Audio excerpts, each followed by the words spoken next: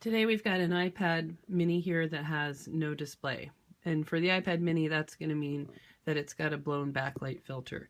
And this one has a prior repair attempt, so we're going to use it as a demonstration of what not to do when you try to replace your iPad mini backlight filter to bring back the backlight. So we've got it plugged in, turned on, there's no display. So we'll go ahead and take off the battery connector first. Remember from the other iPad mini Ultimate video to always disconnect the battery from the battery connector from the battery side so that you don't pry off the little gas gauge components that are required there. And then we can flip off our LCD and digitizer connectors and put the display aside for now. And then we can take a look to see what has happened here in the backlight filter area. So I'm going to take off the shield. All right, let's take a look. Right here's the iPad mini backlight filter, the middle component in this row of 3, and you can see there's been an operation there. And then the iPad mini backlight diode. The iPad mini backlight diode. All right, so what we're going to need to do first is we're going to start seeing where we might have gone wrong. And I'm going to try to look under the microscope as well as let you guys see a video with the iPhone cam. Okay, so we're going to measure the backlight diode first. Whenever there's been a repair, a prior repair attempt, then a lot of times there's just a ton of work that goes on at the backlight filter, and that will end up causing the backlight diode to fail, and nobody realizes it, so then you continue to work on the filter. So let's check to see what's going on in this case. These guys have replaced the backlight diode. So we're just going to put a probe on either side of the backlight diode and measure across it, and it's closed in this direction as it should be. Trying to get that on the microscope camera. There it is. So it's closed in this direction, and then I'm going to switch my probes and measure across the opposite way.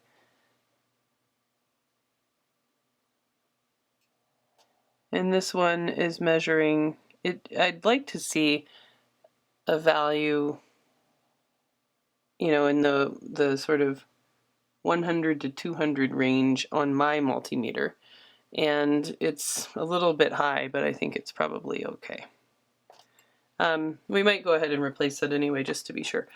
So the backlight diode is not a 1 in both directions. It's not closed in both directions. So it is open to allow current flow from the coil. And you guys know that, of course, the backlight problem is never the coil. So here's the coil, which is just a big coil of wire inside there. You know, it's a slinky. It's not going to fail. It's not going to be particularly susceptible to a big spike in voltage. So it's going to be able to weather any kind of storm. So that's going to be fine. And with the backlight diode closed in both directions, then that would be the problem, but this one's not. It's open. So that should be okay. So let's go ahead and look at the backlight filter area. So here we have the backlight filter in the middle. So this thing is a conduit. It is a little link in the chain that has to get current flow from the diode leg all the way to the LCD connector. So we need to be able to see some current going from the leg of the diode through the backlight filter. So let's set our multimeter for continuity testing. In continuity testing, everybody makes fun of this multimeter. I don't see why. Maybe it's because I've soldered on some straight pins to the actual probes, but you know, I went out in the garage on day 1 when I first started thinking, you know, can you teach a stay-at-home mom to micro solder? And this was the multimeter we had. This is the multimeter that I used back when we lived in an old house from the, you know, built in 1850 to, you know, find out which junction box in the attic the mice had eaten through the wiring, and it's never let me down. So we're going to set it here on continuity testing, which is beep testing, and we're going to take a look at this circuit. So the backlight diode leg to the backlight filter is fine, and there's continuity from the diode leg through the filter. And then we're going to check all the way out here to the LCD connector itself, and the LCD power comes in on these two pins. So that has continuity. So let's take a look at this area. The filter itself, there's continuity across that filter. So let's drill down and look at it. I mean, this looks really horrible. And so you can guess what's probably going on here is that there's, underneath all this flux, that there's some kind of bridging. So let's see if we have some just continuity with ground. So I'll put one probe on any part of the frame, which is ground. And then I can start testing around here. So I've got one probe on the ground, any part of the frame. And now I'm just sort of measuring around here. I know that this side of this capacitor here is ground, and so the opposite side, of course, is not. And then I know that this piece here is ground, and the other side is not. This is ground, not. This is ground, this is not. And I know that the backlight filter should not have continuity with ground, but it does. So we could even kind of see that right up here. If I touch the frame, that the backlight filter is shorted to ground. And so that means that this line is shorted to ground. So if I go over here and I look at the actual LCD connector here, it's the LCD connector. So here's the LCD connector, and then I can test just this, you know, top of an antenna here, and it's shorted to ground. So that's our problem. The problem is that when somebody tried to replace this filter, so at least they didn't jump it, but they tried to replace it, but they, you know, have really just left a mess right here. So let's go ahead and see if we can, you know, kind of clean this up really, really nicely. I think it's probably smart in this case to go ahead and cut off a little bit of the frame. That's really not doing any favors right here. So I'm just gonna wiggle that off just to make a little bit of space.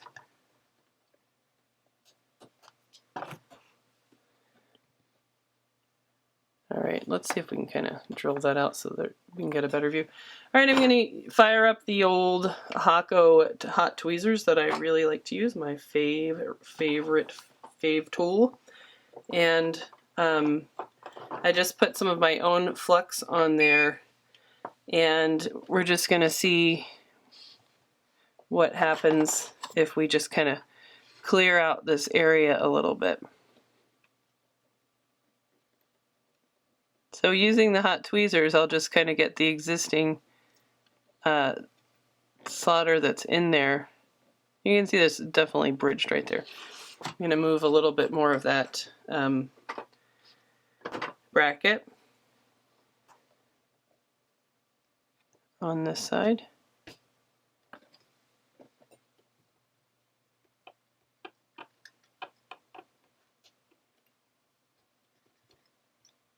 This shield can go back on here. It doesn't really need to have the bracket. If you're doing a straightforward backlight filter replacement, you can just bend it out of the way, and then it'll go back really nicely. But if you're trying to clear up a mess, then forget it. All right, let's kind of drill down really closely on this spot. And we can just try to pick this component off and just sort of leave it to the side, and then we'll clear up the space that it lives in.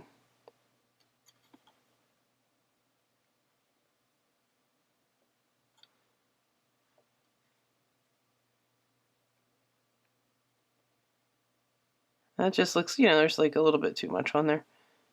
All right, so that looks a lot more normal. And I bet this filter is good, but I'm still going to replace it with one of my filters. I don't know where it came from. I don't know for sure that it is rated the same as the original.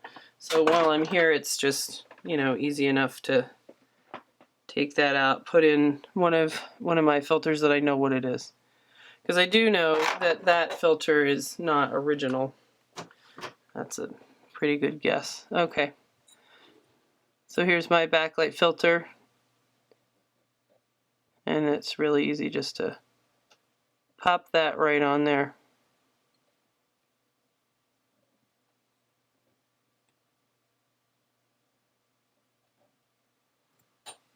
All right, now we'll straighten up each side.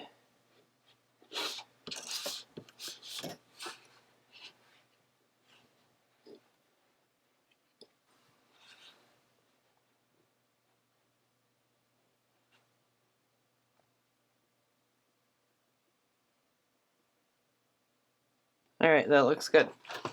Okay, let's take a look. Much better. All right, let's put some alcohol on that to just clear off that flux. And you know, when I'm cleaning off flux, here's something I like to use. This is the Kester 951 flux itself, which is a lightweight flux. And that just seems to do a better job of removing the tacky flux. And then itself will sort of leave behind a little bit of a residue that I don't totally love. No clean flux, you still have to clean. We'll get rid of the old backlight filter.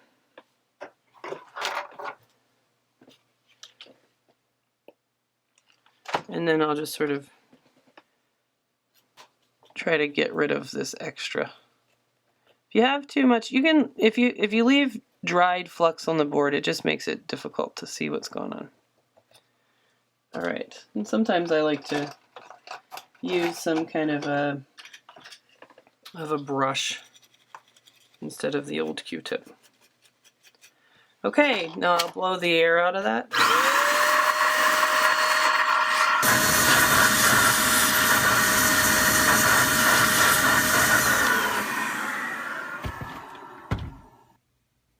Okay, so now that's cleaned up a little bit, and that looks a lot better. So we can test now to see if we have cleared up that short to ground in the backlight line. All right, so remember last time we checked, if you touch a part of the frame, we've got ground here where it should be, ground here where it should be, but not right there. All right, so we do have continuity across the fuse itself, but there's no short to ground. And if we go over and check at the LCD connector,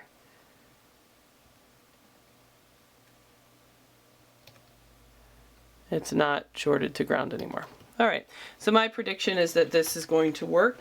So we can put a screen on it.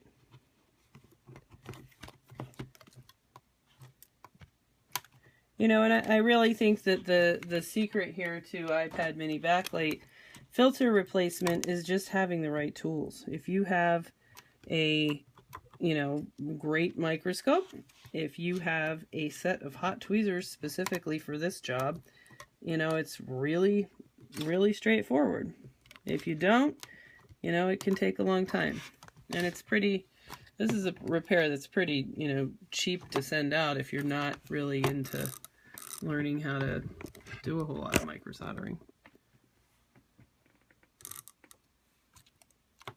All right.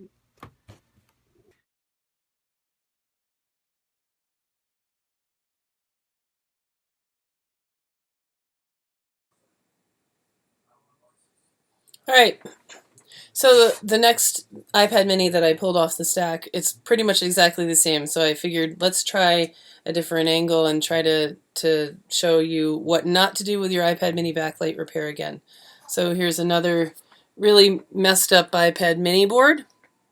If you look over at the backlight filter area, it's just annihilated. And I don't know how to get the image that I can see there to show up on this webcam capture. So we'll try to also capture it with the microscope camera and then do some editing to put that together.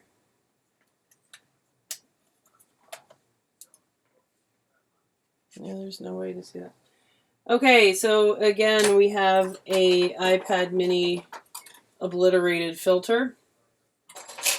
So the filter is was right there, and we've got someone has been doing some surgery in this area.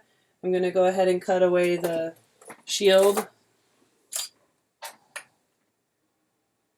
Okay, so the iPad mini backlight filter is absolutely obliterated. Somebody's been doing some surgery in here. I can see some just sort of marks and some solder around the area of the backlight. The backlight diode here has some solder around it, and that tells me that somebody has been trying to do the backlight long jumper solution.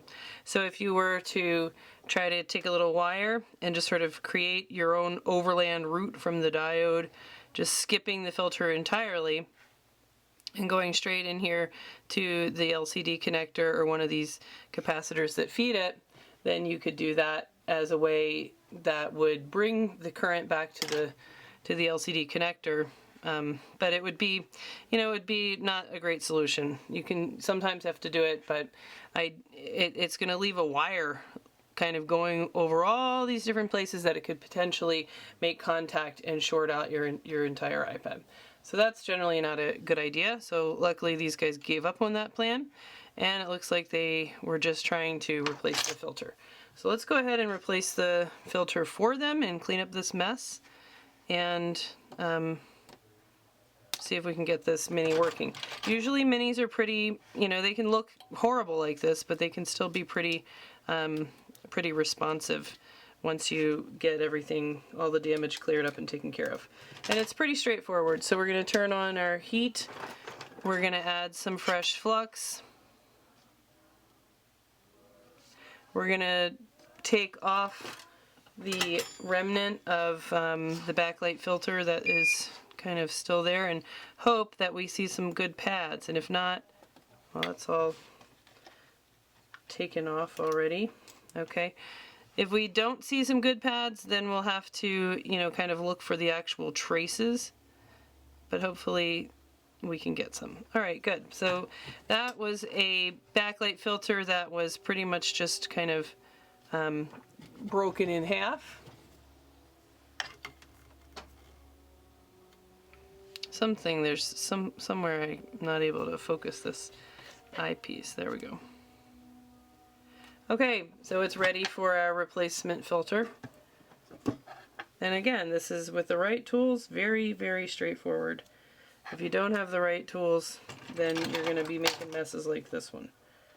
Alright, here comes in a new filter. And we'll put some heat.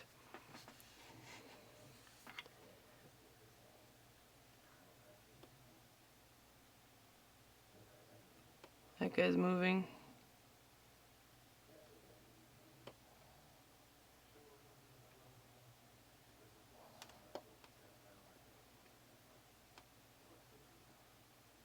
Alright. I'm just going to quickly measure the backlight diode so that we can know whether or not we need to replace it. So on diode mode, just like we did this before, I'm going to put my probes on either side of the diode and see it's closed, a reading of 1, which is closed in that direction. I'm switching my leads, black to red, now red to black, and it's reading open. So I know that I can use that diode. And I'm going to just very briefly clean off the flux that I added to this backlight filter that I just put in there. And let's see if just that simple replacement is enough to bring that mini back to life. So if we take a good look at that, that looks fine.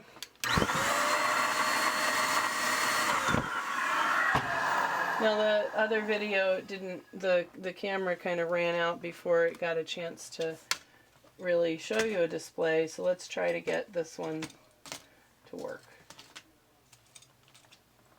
Alright, so now we're going to see if that worked. So I'm putting on a test screen.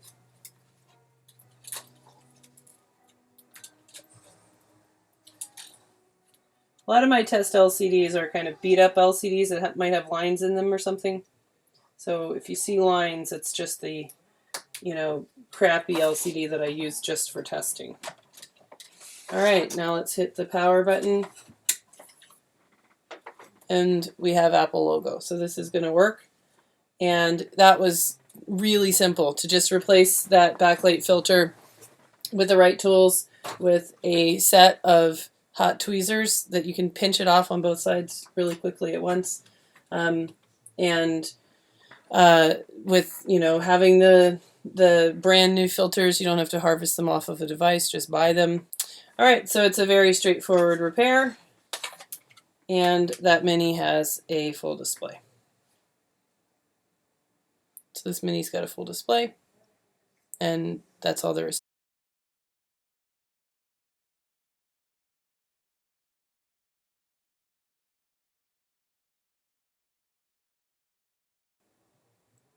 Alright, so now we're going to see if that worked.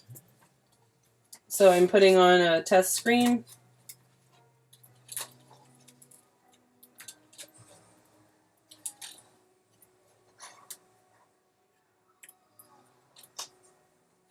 A lot of my test LCDs are kind of beat up LCDs that might have lines in them or something. So if you see lines, it's just the, crappy LCD that I use just for testing. Alright, now let's hit the power button. And we have Apple logo. So this is going to work. And that was really simple, to just replace that backlight filter with the right tools, with a set of hot tweezers that you can pinch it off on both sides really quickly at once. With, having the brand new filters, you don't have to harvest them off of a device, just buy them, and it's very straightforward repair. Oops. Of